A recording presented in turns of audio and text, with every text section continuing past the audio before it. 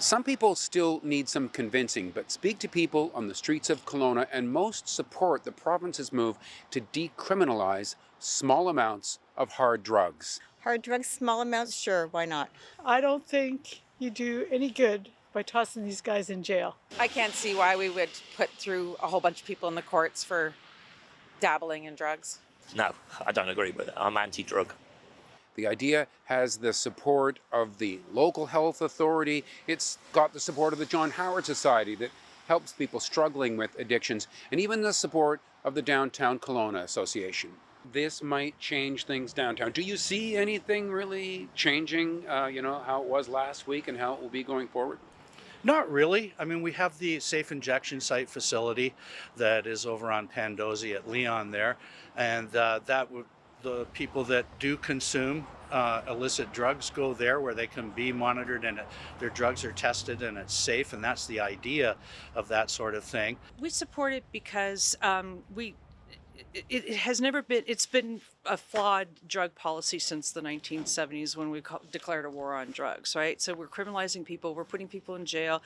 Not only that, we're giving them criminal records that then they can't shake off ever, like the man that you interviewed yesterday, and now he's got a criminal record that, really, is it serving any purpose that now you have a bunch of people with criminal records, really, when they're what we call victimless crimes, that kind of thing. I had a point of methamphetamines and I got possession of a controlled substance over a point. So that's 0.01 of a gram, 0.01. Did you end up with a criminal record? Yep.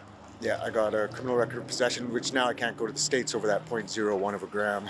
When somebody gets picked up and they have a small amount of drugs on them, when you don't have much money, that little amount goes a long way. So like it gets seized. Now they need to get more. They need to get more drugs. I don't expect that this will change drug use behavior at all, for a variety of reasons. One, it's still illegal to buy and sell drugs, and so the only harm that we're removing is for those people who have it in their possession for personal use. And so exactly as the gentleman you interviewed yesterday described. And so those other barriers, as well as the danger, remains. But again, it's worth unpacking where the stigma comes from, that we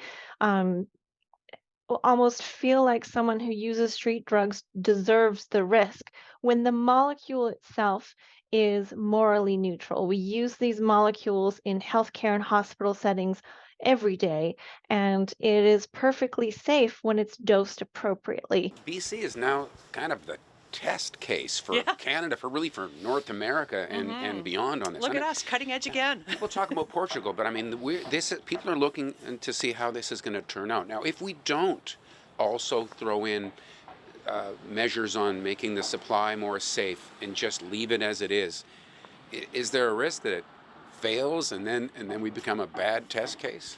Well, will it fail? I mean, we have to be very cognizant that if we are doing this because we think this is the response to decreasing overdose deaths, and that overdose deaths will naturally fall because of this thing we did, I think we're going to have a failed response. I don't think it's going to get us where we want to go. It's not going to be the panacea. We need more, and like I said, we need safe, regulated supply.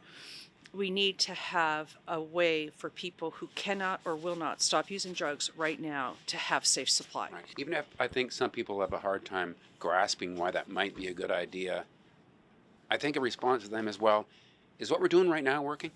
Well, it's not, right? Like, we start the conversation with talking about the tragic statistics of overdose deaths still in Canada. Still, like, when did this start? 2017. We've been at it for 6 years. The numbers will just keep growing. Like, it's changed life expectancy in Canada, the overdose crisis. So, great. Decriminalization? Yes. More? Yes. Keep the conversation.